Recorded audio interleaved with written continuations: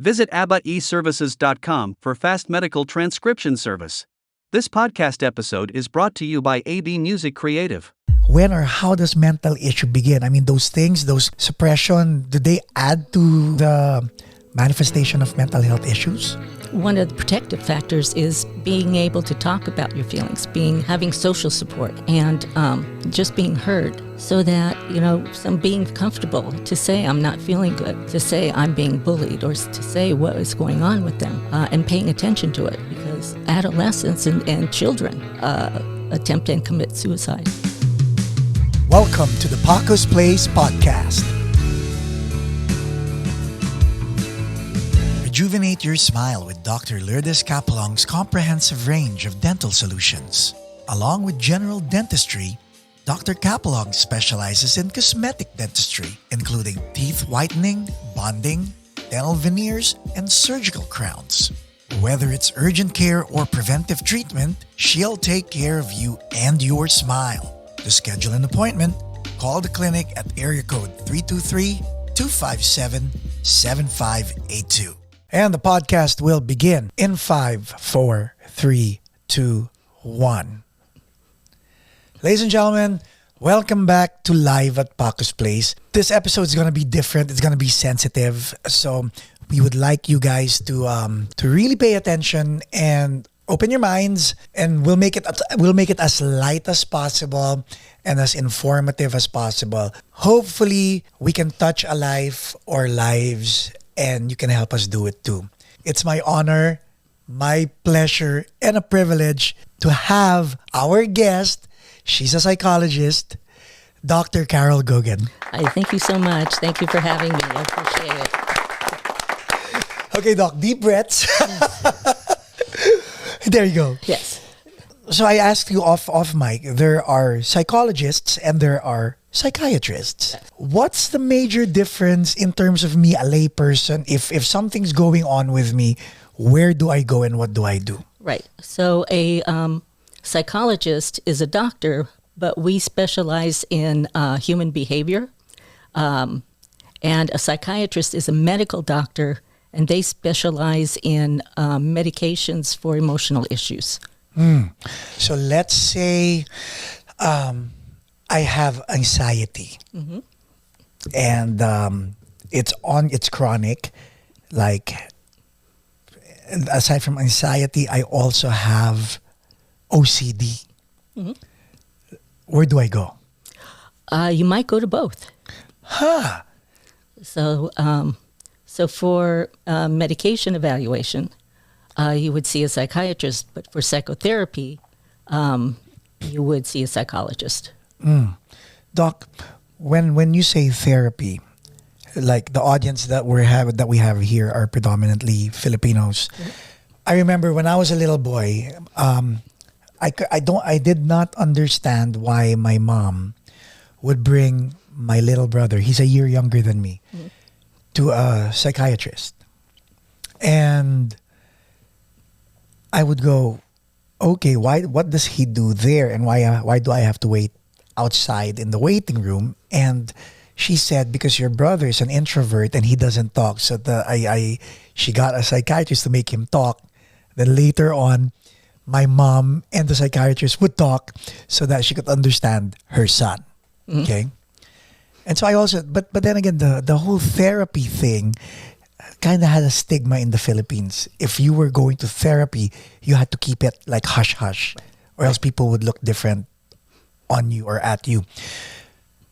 Today, does it still have the same stigma? Yes, not just among Filipinos, Filipinas. There's not too many cultures that don't have a stigma about it.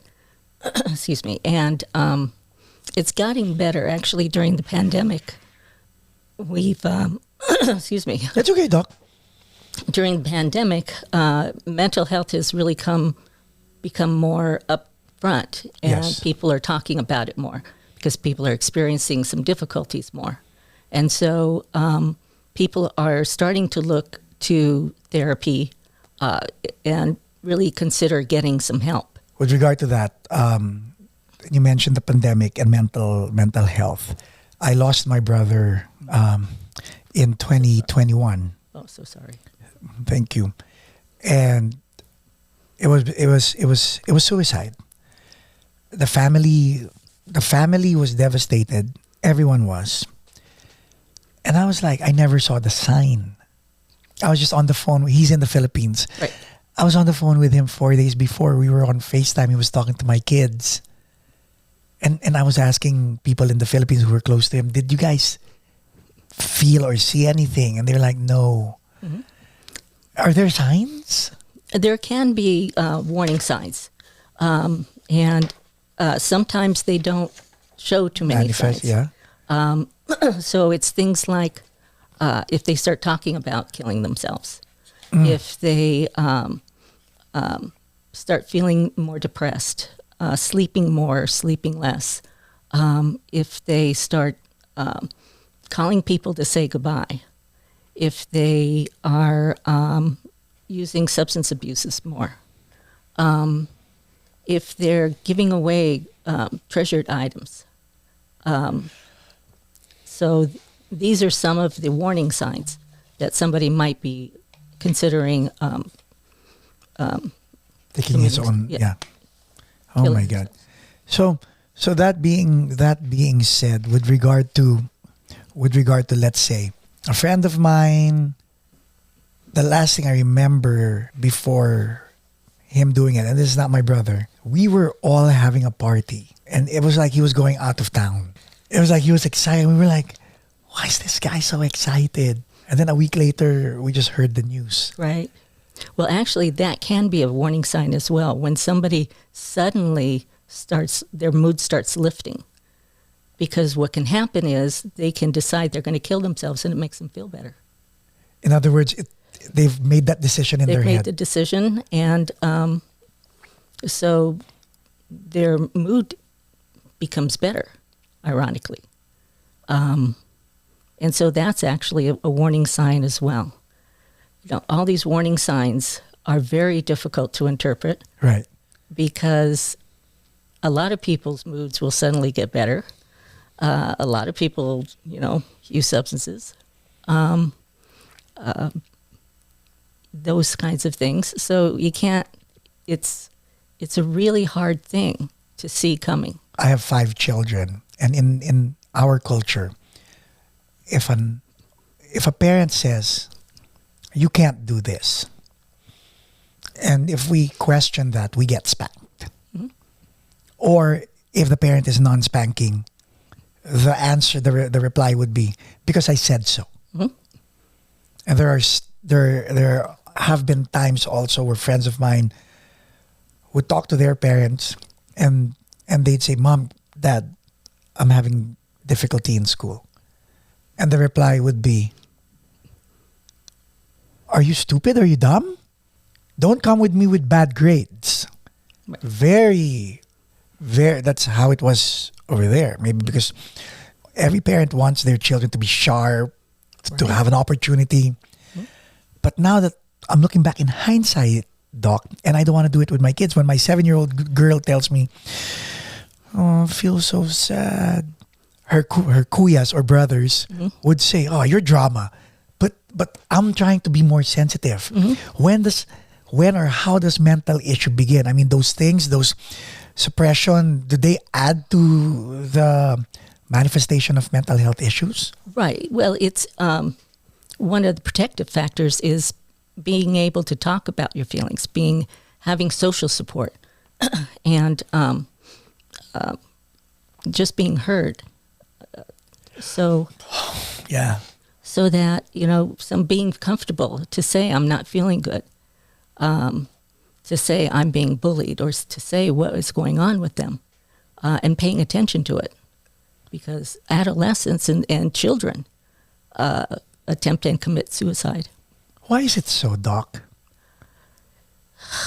It's hard. There's social media. There's a lot of bullying going on, a lot of difficulties in their home life. They may have a family member who committed suicide. risk factor for suicide is having a first-degree relative commit suicide. We've had that in the family. My mom's brother committed suicide. Right. And we were teenagers when we were close to our uncle when he committed suicide. But it's not hereditary. Is it hereditary? It's not hereditary per se. There's depressed mood can have some genetic factors, but it doesn't mean, even if somebody's depressed, doesn't mean they're going to try to kill themselves.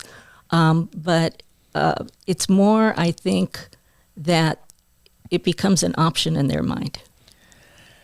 And sometimes that option germinates into something more of a manifestation down the line. Right. How do we curb that? Like let's say, thank God among my kids, I only have 2 kids that are introverts, and I really make an effort to get the information from them.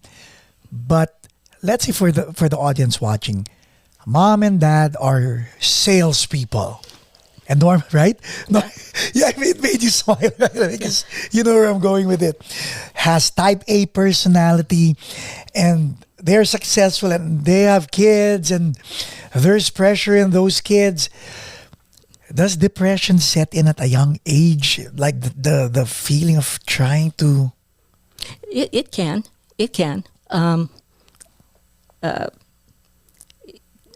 Childhood is not easy. And,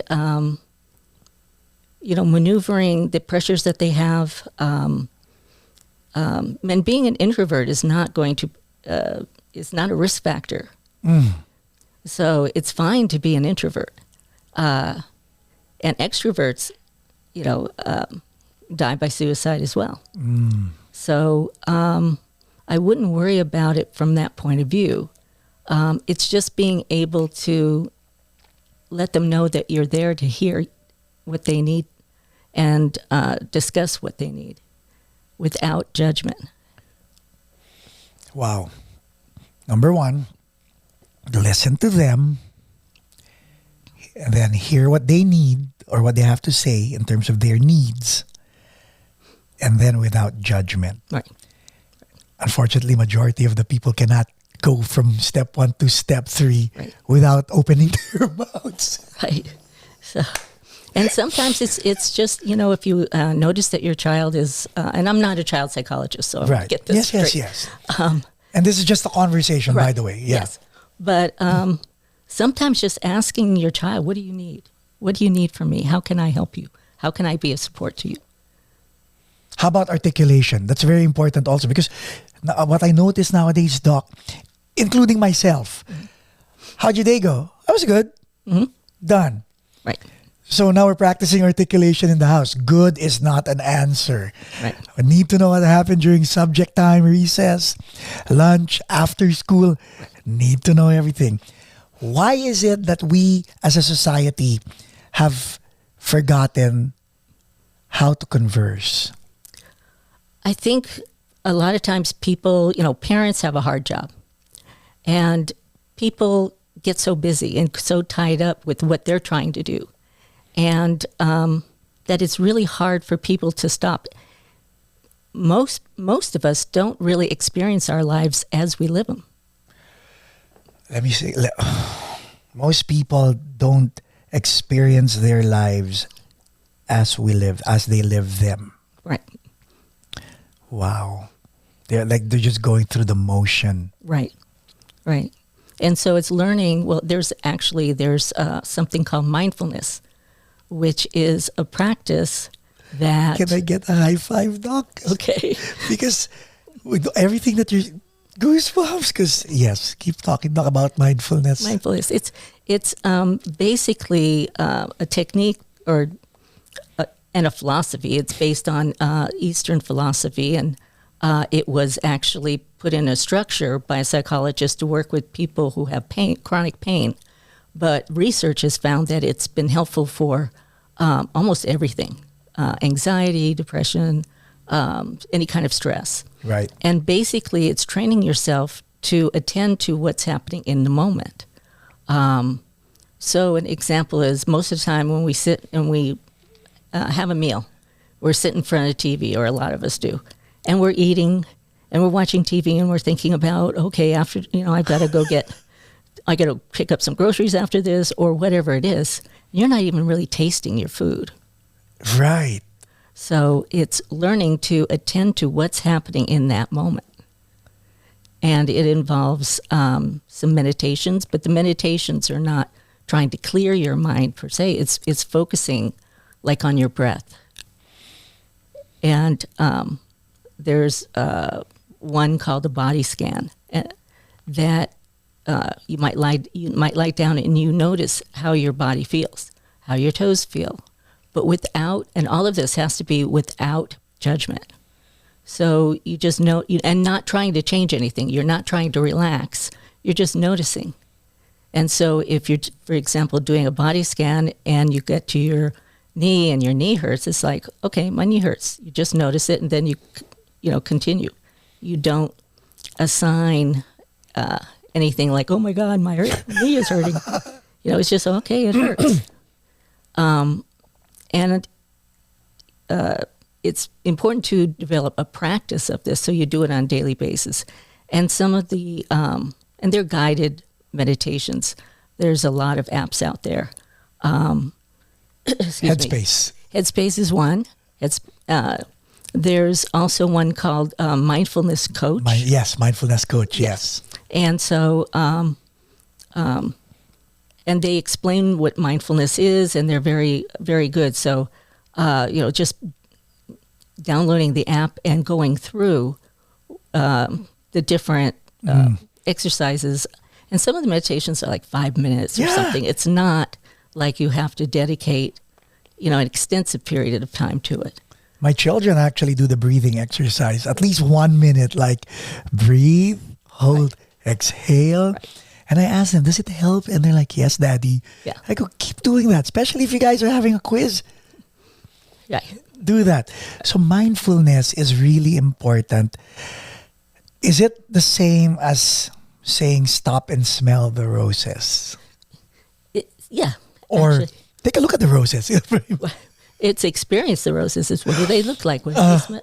What do they smell like? What are the different colors? That all of that. It's really just noticing what's in front of you.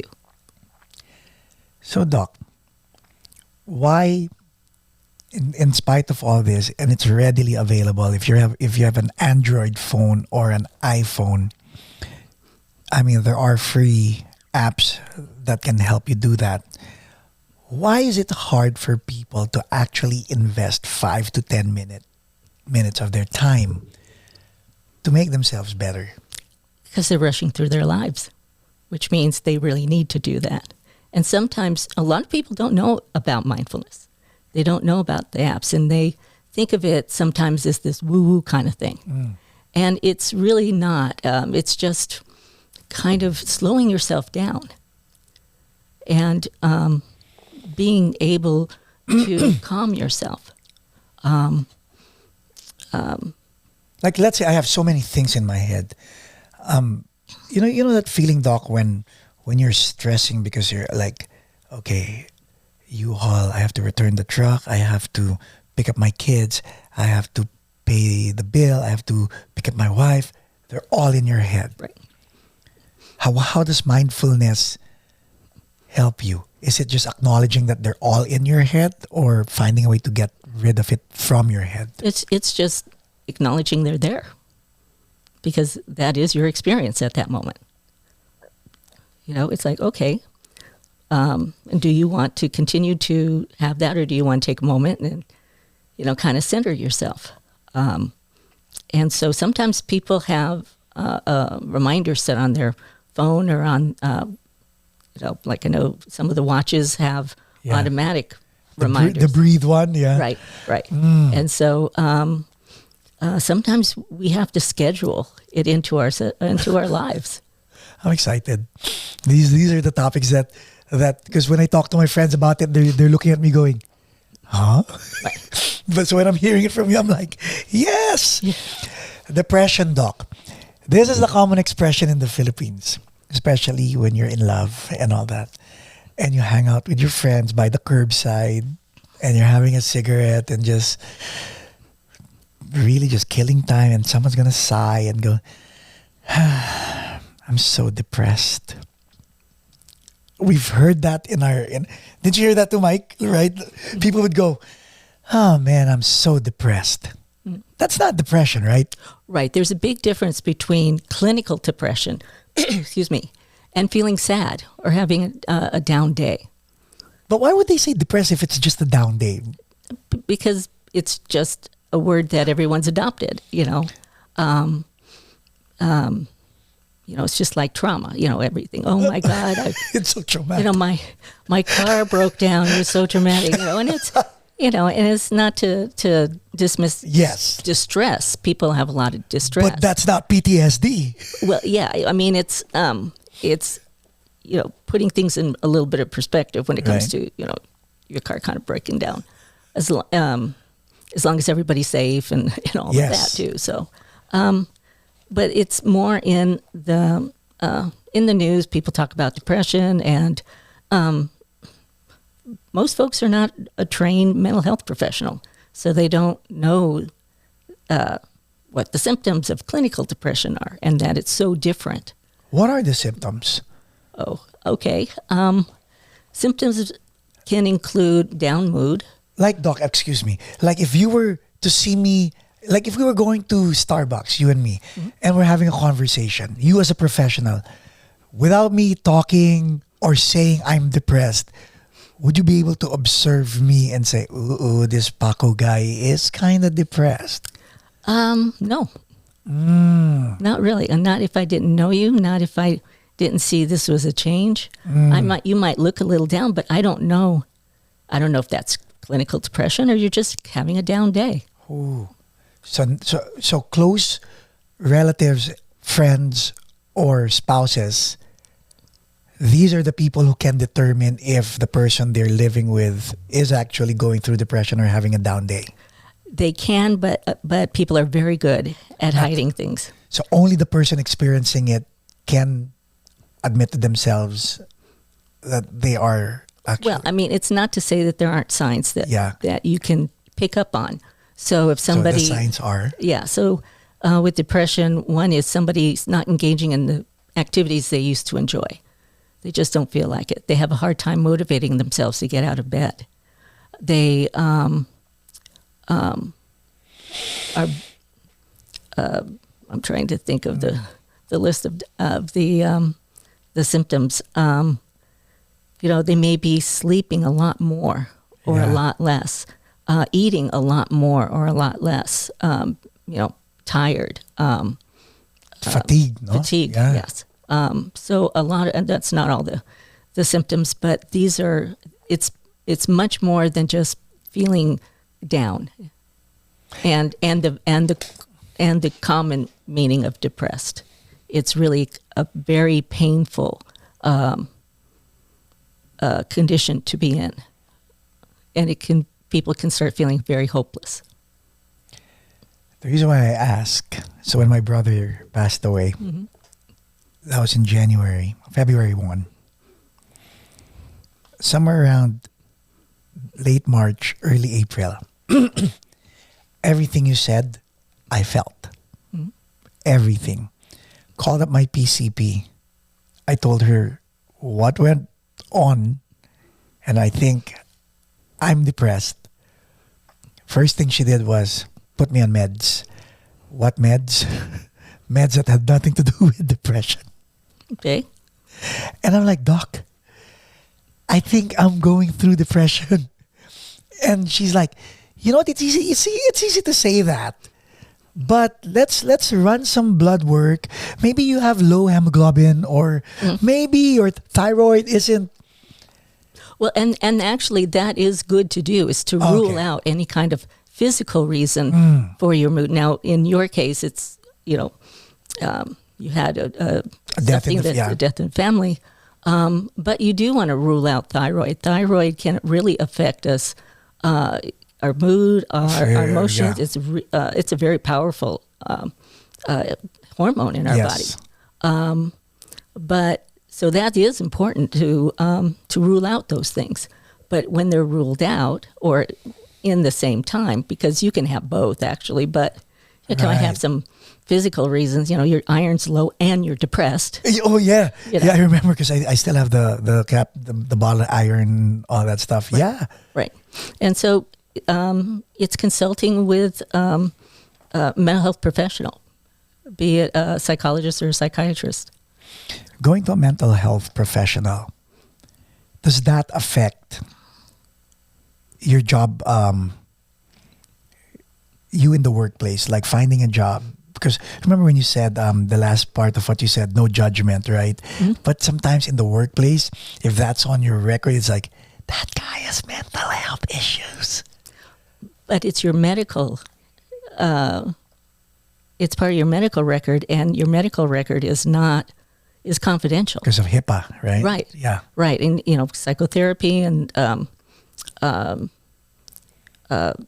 any mental health treatment, be it with a psychiatrist or a therapist, that's confidential. There's, certain times when we're required to break confidentiality, but unless you have a highly sensitive job, like, for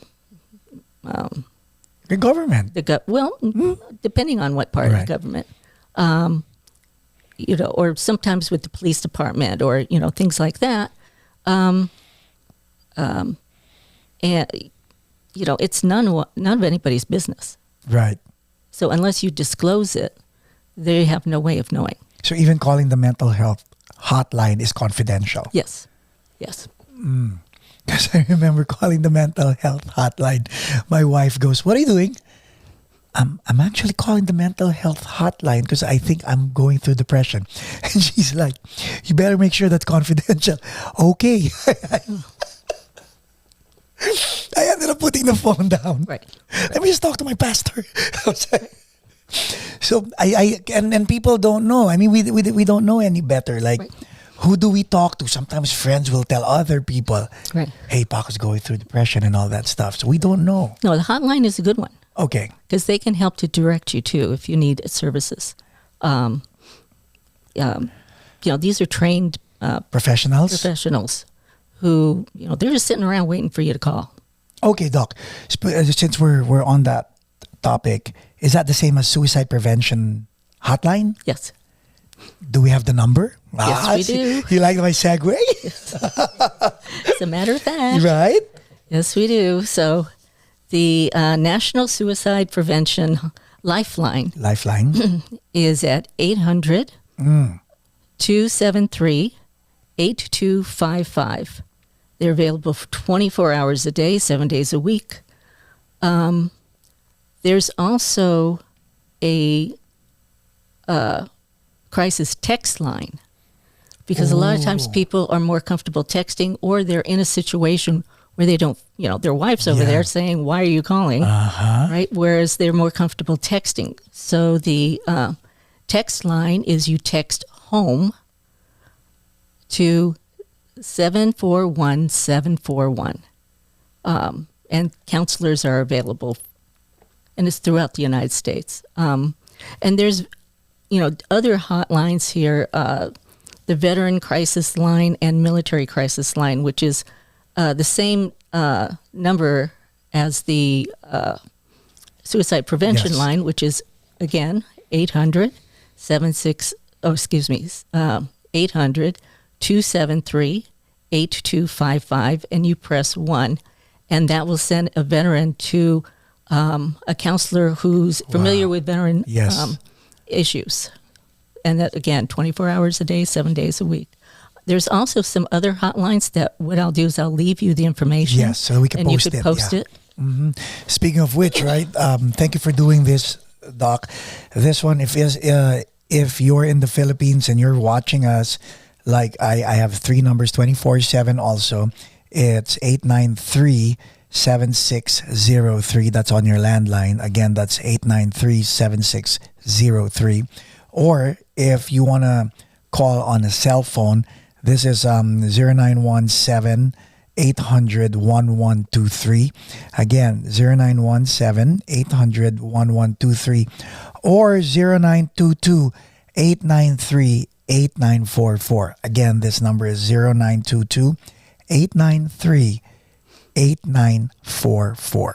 There you go. We'll post more numbers on the screen or in the description. That way, there is no reason for you to seek out help when you need help.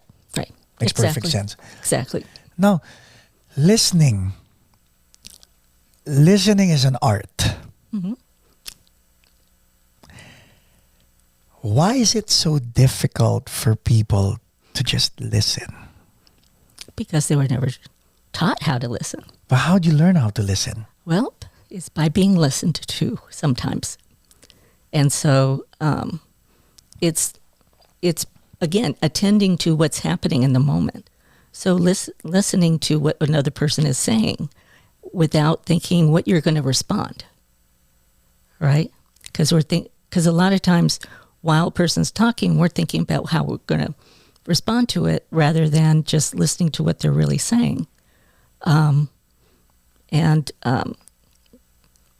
Understanding that sometimes people just need to vent. I always tell people that, especially like couples, let your partner know what you need. So if you come home and you're having a hard day and all that, and you go to your spouse and it's like, you know what my boss did today, blah, blah, blah, blah, blah. Sometimes the spouse will go, well, this is what you could do. Right. And so, and they may not have needed that. They may know what to do. They just wanted to vent a little bit. So tell your spouse what you need. Listen, I just need you to listen. I don't need you to problem solve. Or I need you to problem solve with me. I'm not sure what to do, You know what my boss did. And also ask when your partner comes home and my boss did this, and it's like, do you need me to listen or do you need me to problem solve? And again, that's you being in the moment of the conversation. Right. And it's paying attention to the energy that they have. Do you have to mirror the energy or not necessarily? No, I don't. Well, no. Like, I'm angry at my boss. Yeah? What did your boss know? No. Okay. You need to be you. Okay. Okay. Okay. So you mentioned couples, Doc. When they come in, is it normally, do they come in preventatively or they're looking for a cure? Well, I'm not a couples therapist. Again, I like to give my little disclosures. Yes. Again, we're just having a conversation. That's right. Right? This is a conversation between two adults. Right. So, well, most of the time when people go to couples therapy, it's to improve their relationship. They may be having some issues. They may be really struggling with an issue. So they usually go to the couples therapy to help mend their relationship. Sometimes they go to couples therapy to help them learn how to separate and how to end a relationship and be, for example, good co-parents. Wow.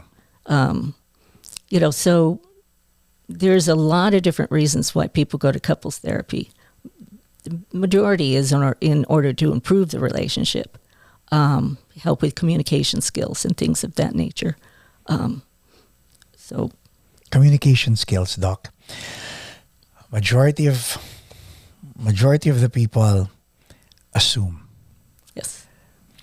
Like, there are people who ask questions and there are people who assume the answer. Exactly. Why? Because to a certain degree, we need to assume things. To a certain degree. To a certain degree. So I need to assume that when, I walk out of here, that the car I came in is going to still be there. Yes. Hopefully it's a good assumption. I can check right now. Yeah, right. So, but, So those kinds of things. But what we can do is put our assumptions of our judgments on other people, and that's usually where difficulties come in. Yes. And assigning meaning where you really don't know what the meaning is. And that's bad, right? It's not helpful. I won't say it's bad. It's not helpful. It's okay. I mean, not to put you on the spot, but you're on the spot. But but I like it, Doc, when you said, I'm kind of nervous. See, it doesn't make me and Michael assume. It's out there, and if we were listening, we would have caught that, which we were, by the way. So. I bet you were. So we caught that. Yeah. But yes, I've had experience where people judge, and I'm like, why are we judging this person? Right. Because he dresses this way. He has a mohawk. He has tats all over his body. Oh, let's move. Right. Is that society dictating everything, or is that just a person being a douche? I think that it's something is usually that's different and unknown. And we tend to be a bit weary of anything that's different or unknown. So we're more akin to accept the stereotype. Right. If someone sticks out. Right. So that's judgment. Yeah, and most of us have certain amount of judgment until we're proven wrong. An example was many years ago. A family member was in the hospital, and there was somebody else. They were sharing a room, and the other person, their husband, was long hair, the whole 9 yards. And the look. Yeah, the look, whatever. And but the minute my mother walked into the room, he jumped up and gave her his share. See? So it's like bad. See, there you go. It's recognizing that and being willing to change our opinions. Why? We mentioned family members, all that. And now I'm curious, being the psychologist that you are, do family members go up to you going, "Hey, Carole"? No. Absolutely not. Not because you put that boundary in front, or because they're scared that. No, it's because I don't want to hear that psychology stuff. Oh my God. It's like, okay. Really? But when you're observing, because your reticular is open to this, when you're observing everybody in the room, or you tend not to observe. No. We shut it off. We're not therapists 24/7. And the reason why I asked, Doc, is because I'm a musician. I'm a drummer, right? So when I hear music, or even when I hear people playing the drums, even if I'm having a drink, if that singer is off, I'm like, oh, like. But in your world, well, I mean, yeah, you can notice that somebody's anxious. You can notice, things, but you don't know their background. You don't know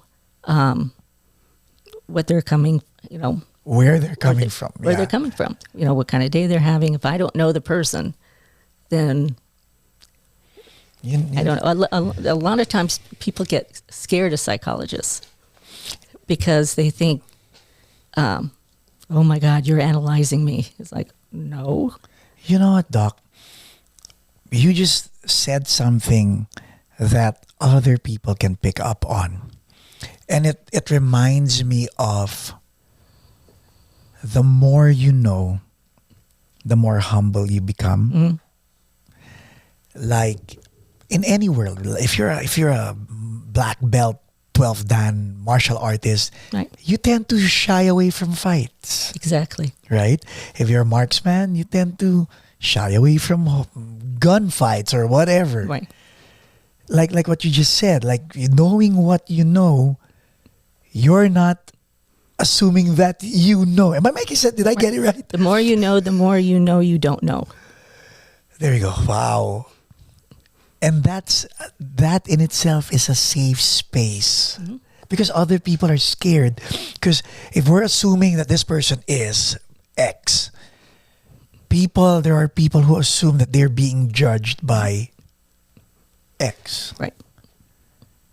Oh my God. Did you ever think that you being I'm going origin stories. What led you to being a psychologist? Well, actually, I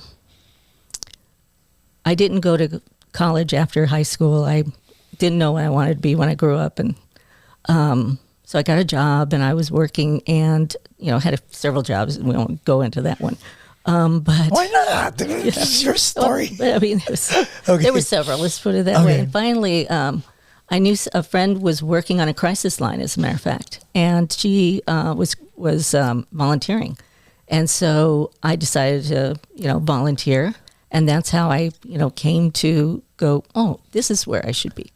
You felt at home. Yes. You didn't think of becoming a negotiator or something? No. Because normally police negotiators and hostage negotiators, they're psychologists and stuff. And right. Are you a good negotiator?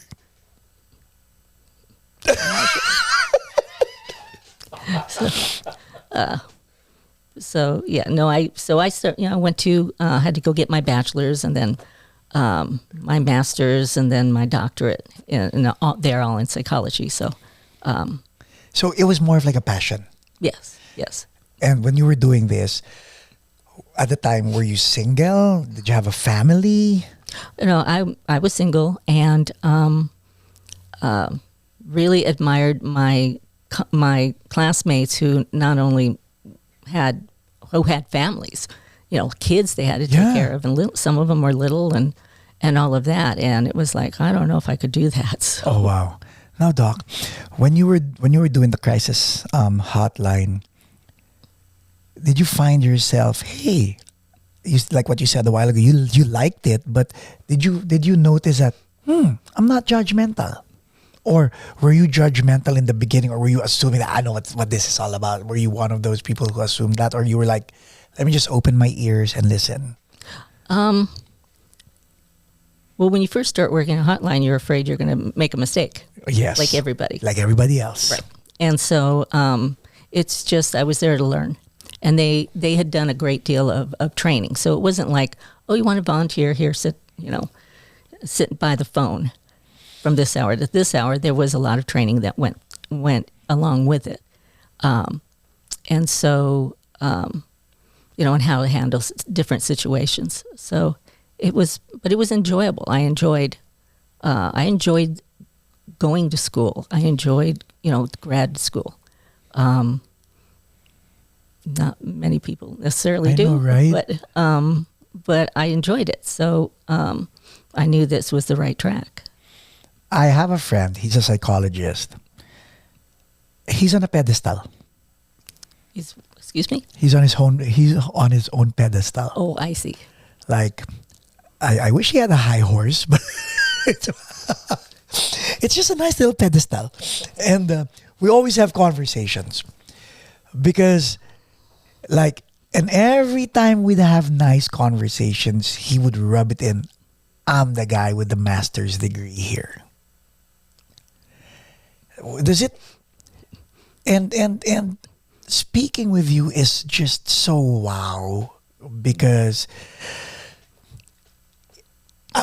if you think you were nervous, I was nervous because I was telling Michael, I think I'm gonna be judged. But then again, it's all opposite. Like I had my assumptions, but it's all opposite. I mean, I'm so talkative with you because I there are many things I'd like to know. With people, EQ, for instance, why are some people afraid to be in a crowd? And why are there people who just light up the room in a place where they don't know anybody? Right. Well, somebody who doesn't like crowds, they're not necessarily afraid of the crowd. They just don't like them. So there's a big difference between somebody being afraid to do something and somebody just not liking doing it. It's like, public speaking. I can do public speaking. This makes me it makes me nervous, but a little bit. But I do it if I need to, but I don't really care for it. So it's not something I would necessarily seek out. Yeah. So sometimes you can be really good at something and you just don't care about doing it. You don't like it. Now, with regard to those who like it, sometimes they come off as uncouth, arrogant, but the reality is they're just eager to share. What do they need to do? Nothing? I don't know. It all is so individual. Wow. There's, they may not need to do anything. But when you see a person in the room, because me, and the context of my question is, Michael and I, before you arrived, we were talking about situations wherein if we see somebody we don't like, do we just decide not to go to that party? Or do we show up at that party? And if we do show up at that party, should we allow people at the same party to make it awkward for us? Or do we just be agnostic about everything and nonchalant about everything and just let the party be and let them be awkward with themselves without us having to do anything? That's the context of my question. So there's this quiet guy who doesn't want to be in the crowd, and there's this loud guy who actually wants to be. They look at me. Right. And in that situation, Doc, given the fact that you're there at the same party, and the reason why I'm asking this hypothetical is because for the majority of out there, they're not the quiet one and they're not the loud one. They're normally in the middle of the road. What would be deemed normal reaction to both type of people? I'm not really sure. Like if you were there, like if let's say that came in and what's up, Carole? And Well, I mean, there's a difference between being obnoxious and just being very thank you. boisterous. Yes. And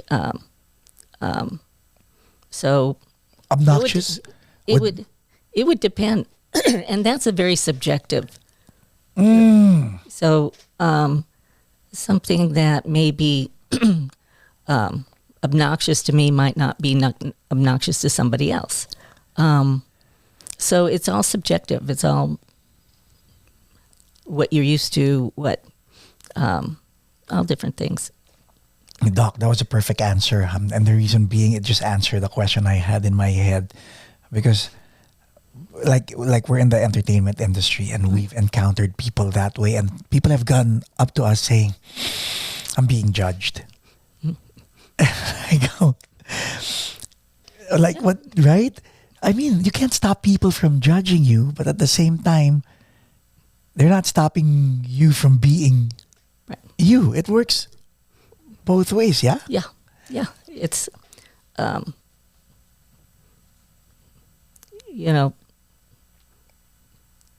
it's, the problem comes in when people impose their judgments or cause some difficulty for another person or something like that. We can have our private thoughts about things, but, a lot of times it can be, well, that's not something, I would do, but hey, to each their own. Which leads me to think, why the heck are we having the cancel culture nowadays?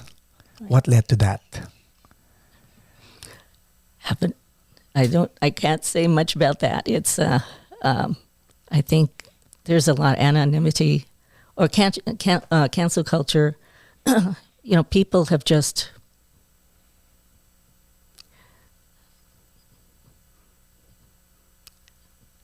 they've started really not listening, not taking another person's perspective. I mean, certain things do need to, not continue on because it's hurtful to others or something like that. But, with the political, social, climate these days, you can understand where someone is coming from, but not necessarily agree with them. And that's supposed to be okay. Yeah. Right? Like what you just said a while ago, to each his own. Right. I can see how you came to your conclusion. I don't agree with your conclusion, but I understand how you got there. Right. Yeah. I mean, it's something to think about because, like, we experience that every single day nowadays. People are going to go, hey, you better be careful because you might get canceled. All that stuff. Right. And it's not a joke. Mm-hmm. Same token, I mean, social media has has weaponized the ability for people to cancel. Mm-hmm. But then again, Doc, like what we talked about, the bigger you get, the more humble you should become. There are entities who have increased their influence, and now they're imposing an influence on other people, which is why probably they're getting canceled by the majority of the people who don't agree with them. What do you say to that? It's good a theory as any. I am. So that, I'll segue to narcissism, because that's a word that's being thrown out easily nowadays. Oh, he's a narcissist. Oh, she's a narcissist. Oh, she's a Jezebel. Oh, he's a narcissist. When is the right time to throw that? Oh, he's a sociopath. When? And these are people who are not psychologists like you. These are normal people just throwing labels around. Right. What is a narcissist? A narcissist is, excuse me. A narcissist is basically someone who is very self-centered, who never considers the perspective of others, doesn't understand how other people don't see how wonderful they are. Doesn't understand how people see how people don't see how. So he always thinks he's wonderful? Yeah. Oh. Yeah. And he can't accept the fact that they don't see it that way. Right. Right. Is that the same as being manipulative? A lot of times people who are narcissistic can be very manipulative, but you don't have to be a narcissist to be manipulative. Okay. Okay, I get it. How about sociopathic behaviors? Is that in conjunction with being a narcissist? You are not necessarily. And the reason why I ask is people say celebrities, musicians, actors, there's a little bit of narcissism in them. Us. Yeah? Well, I mean, you have to be able to put yourself out there. And that's narcissism already. Like but that's not necessarily narcissism. That's people going to the gym and taking pictures of themselves at the gym. Do you take pictures of yourself, Mike? Oh. You know those Instagram pictures, those selfie people. Is that a form of narcissism? No. I don't know. Okay. Yeah, it's too broad. So it has to be more than that. Yeah, I mean, people just want to share a lot of times. It's the culture. See, you just caught me, Doc, because that's me being judgmental to a certain degree. Mm-hmm. In fact, actually, I'm picking up a subliminal lesson with this conversation, wherein saying I don't know doesn't mean you're brushing off what it is. It just means you're not a position. No. It means it's best to not engage the thought itself, because the thought itself can lend to you being judgmental as well. Is it safe to say that? I'm not sure I understood what you said. Like So I don't if know if it's safe or not. if someone asked me about this person and I really didn't know who this person was, it's best for me to say, you know what, I don't know the person, so I can't speak for speak about what you're feeling because that's your perspective and now you're imposing it on me. Right, but I mean, you can, it's all judgment, but there's a certain amount of judgment that is fairly normal in terms of just, how you view the world. And the problem comes in when you impose it on others. So, you might look at somebody and goes, well, he's got a high opinion of himself. That's your opinion, Right? right? Right. So that's your bias. That's right. That's right. Now you imposing your bias on someone else. Right. And the way to diffuse that is to just not engage or it's you don't necessarily want, so-and-so, he really, right. thinks a lot of himself or something like that. It's just like, well, okay. It's really just trying to do no harm as we go through life. So No malice, just go through it. right. Speaking of that, Doc, the art of saying no. Because when we were talking about hypothetical, like if you're imposing, being imposed on, have you had patients who've had issues about not being able to say no and then being mad at themselves because All the time. what do you do? Well, it's learning how to say no, how How? to get comfortable with it. Well, it depends on the individual. I can't, Well, I can't say no to my wife. Well, sometimes that's a self-preservation. So, True, Doc. But like, how do you say no to your boss, to your colleague, to your peers, to your kids? Do you have to say? Do I need to explain myself, or is no suffice? it depends on the situation.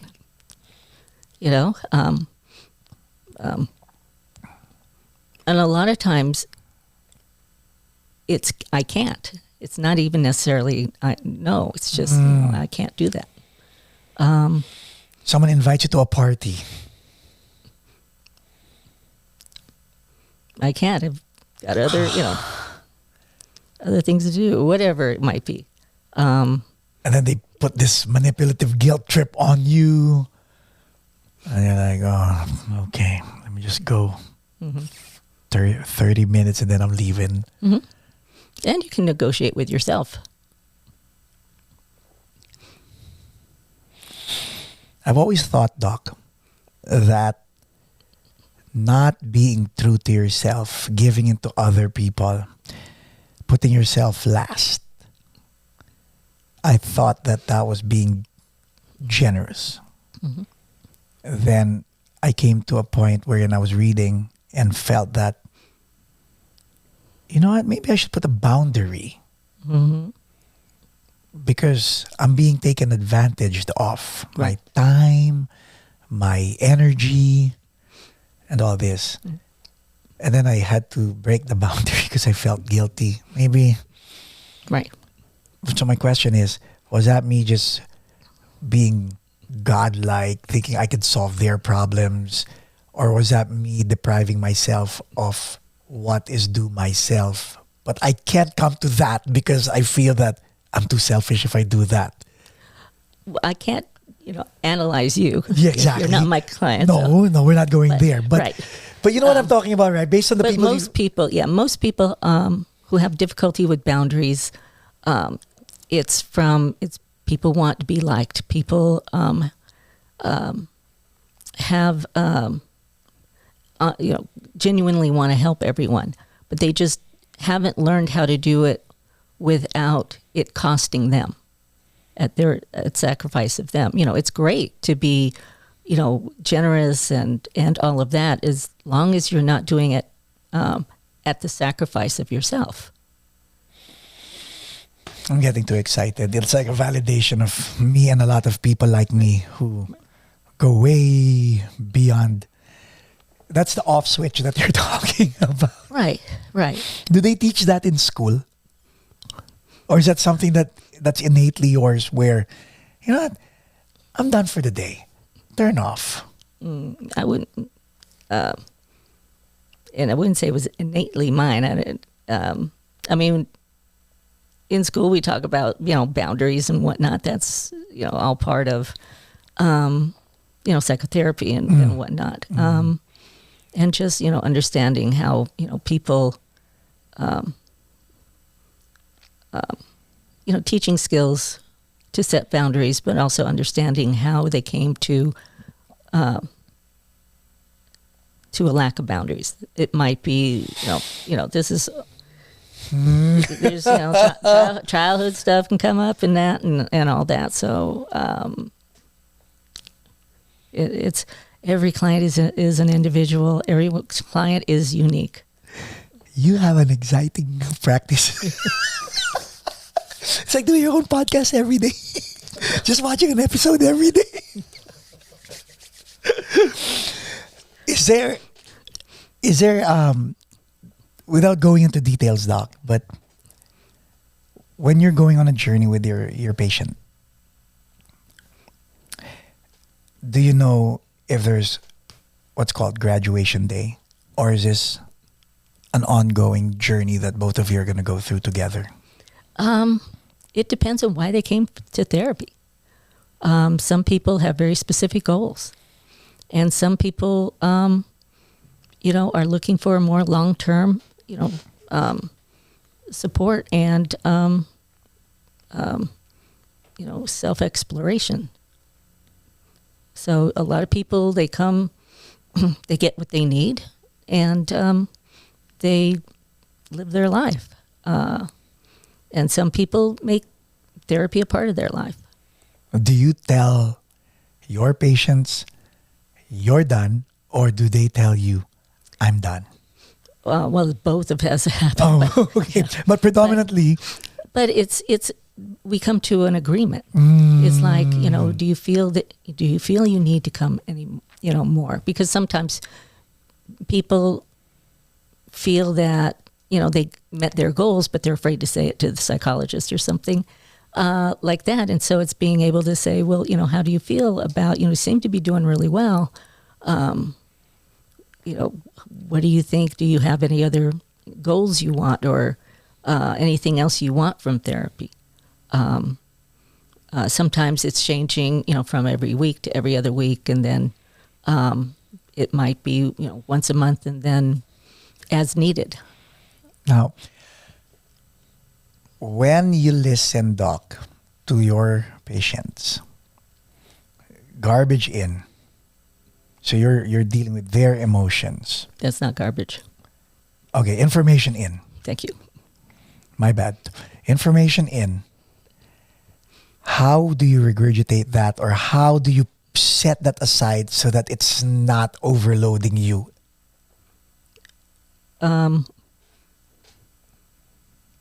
Well, it's my job to sit and to listen.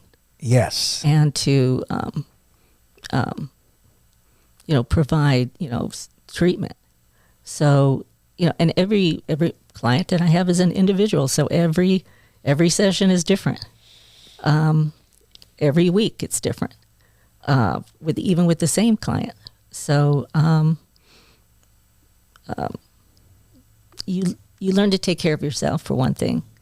Making sure that, and this is just universal. Yes.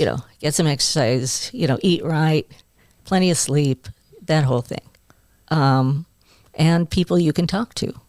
If there's a particularly, difficult day, being able to express your emotions, not details or anything. Of course. But just saying, like I had a rough day and right. all that. So it's like most of us take care of ourselves. Right. Or hope to. Yes. Does a therapy go to therapy? Does a therapist go to therapy? Oh, yeah. Absolutely.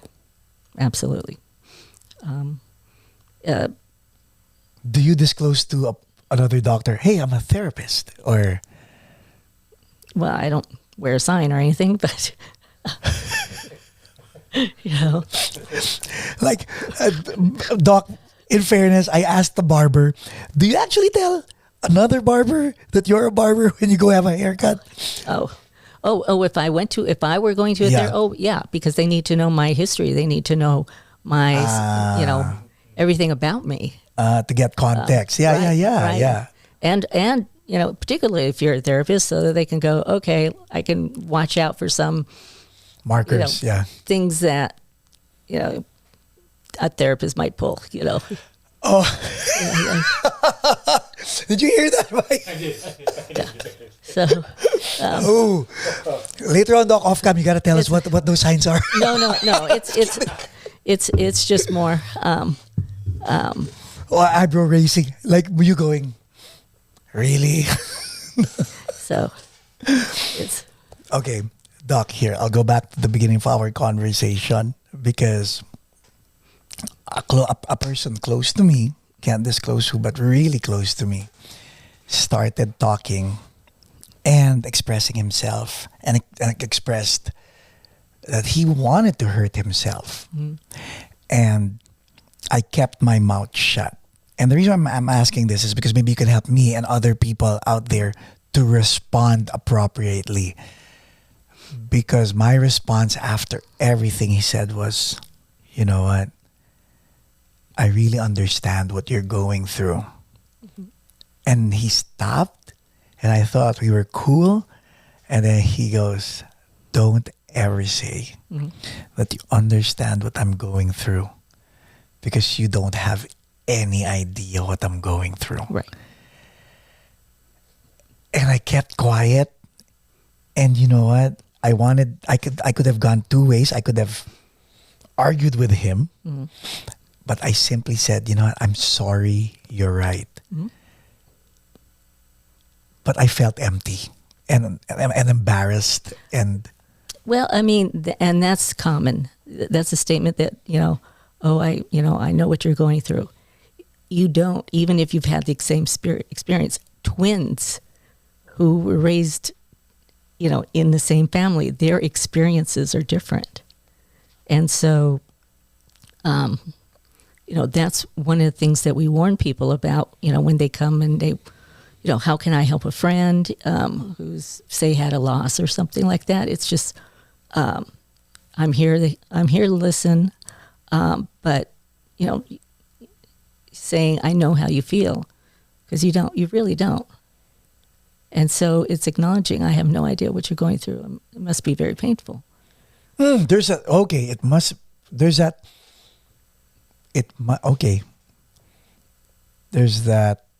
It's not assumption, because I know how you feel is assumption. It must be very painful. Is more inquisitive or more what do you call that? Or and if that's not comfortable, it's I'm sorry for what you're going through. Wow, it's so true though, no? Because at the moment that they're calling you, is it okay not to know why they're calling you? I mean, if they just want to rant, or I'm gonna hurt because I'm along the lines of, I feel like hurting myself, and Doc, this was on FaceTime, New Year's Eve, and he already had cuts in his. And that's when I said, oh, shoot, I made the mistake, because I said, I understand. Right. And with all those cut wounds and like. You were put in a very difficult position.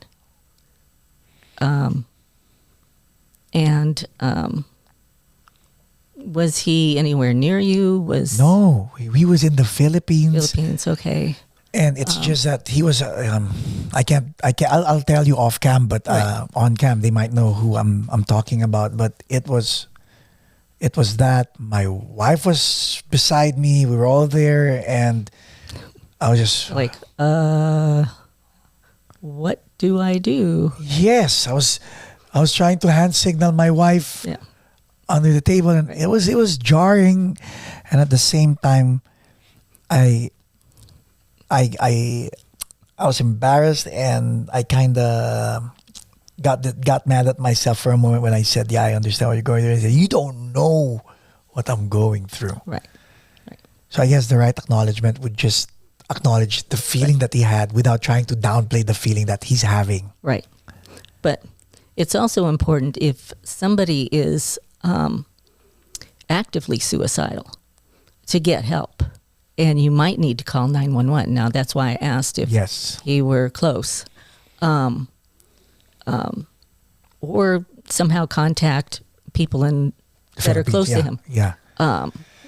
If you have mutual friends that are in the Philippines, let them know and see if they can go and just spend time with them. Because that can be helpful. Just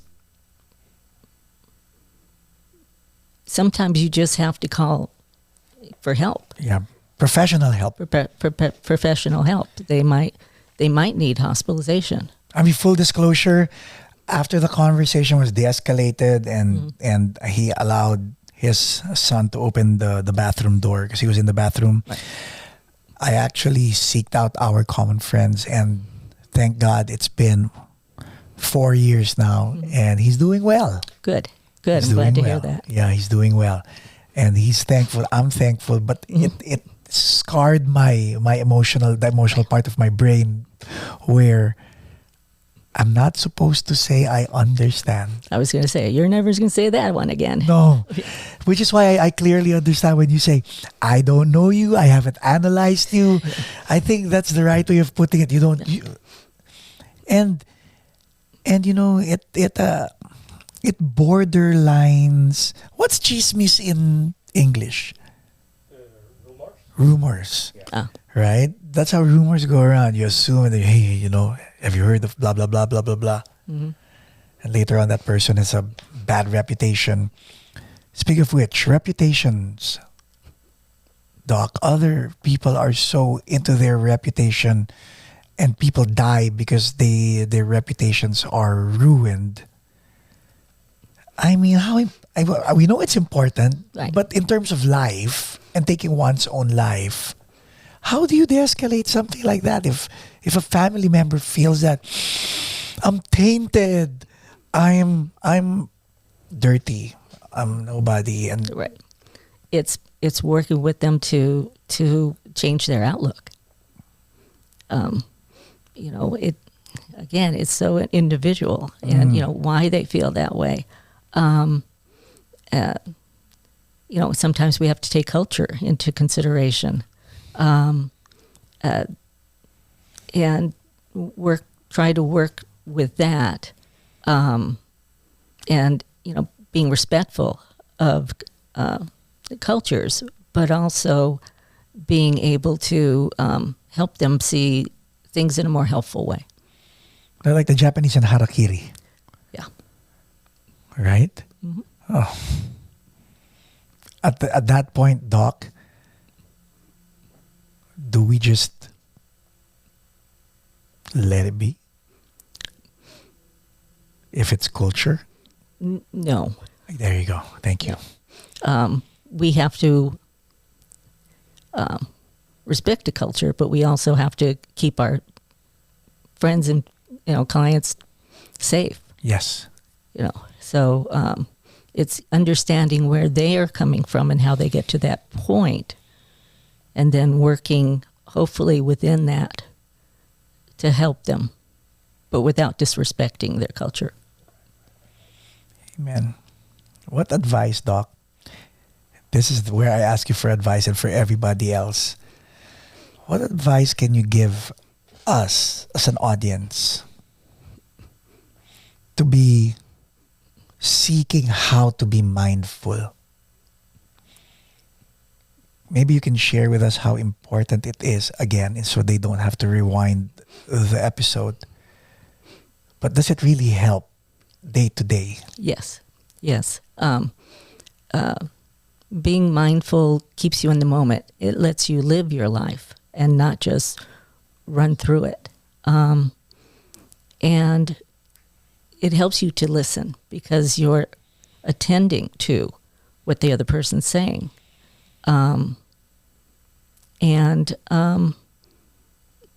It's not easy because we got a lot of stuff going on these days and nothing is perfect. But it can help to slow us down and enjoy our lives more. Ladies and gentlemen, Dr. Carole Goguen. Doc, thank you.